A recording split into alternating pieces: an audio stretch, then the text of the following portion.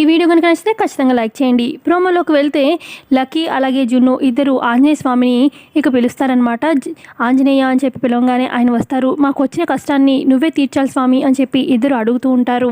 ఇక అప్పుడు ఆంజనేయ స్వామి ఇలా చెప్తూ ఉంటారు, కష్టం వచ్చినప్పుడే ఆలోచన వస్తుంది, ఆలోచనలోనే మనకి మంచి తెగింపు వస్తుంది, మనమే ఒక మార్గాన్ని ఏర్పాటు చేసుకుంటాము అని చెప్పి ఆంజనేయ స్వామి అలా చెప్తూ ఉంటే మరోపక్క లక్ష్మిని చూపిస్తూ ఉంటారు. ఇక లక్ష్మి ఇటు ఈ పార్వతి విషయంలో ఏం చేయాలి, ఎలా చేస్తే ఇక లక్కీని ఇంట్లోనే ఎప్పటికీ ఉంచుకోవచ్చు అనేది ఆలోచిస్తూ ఉంటే తనకు ఒక ఐడియా వస్తుందన్నమాట.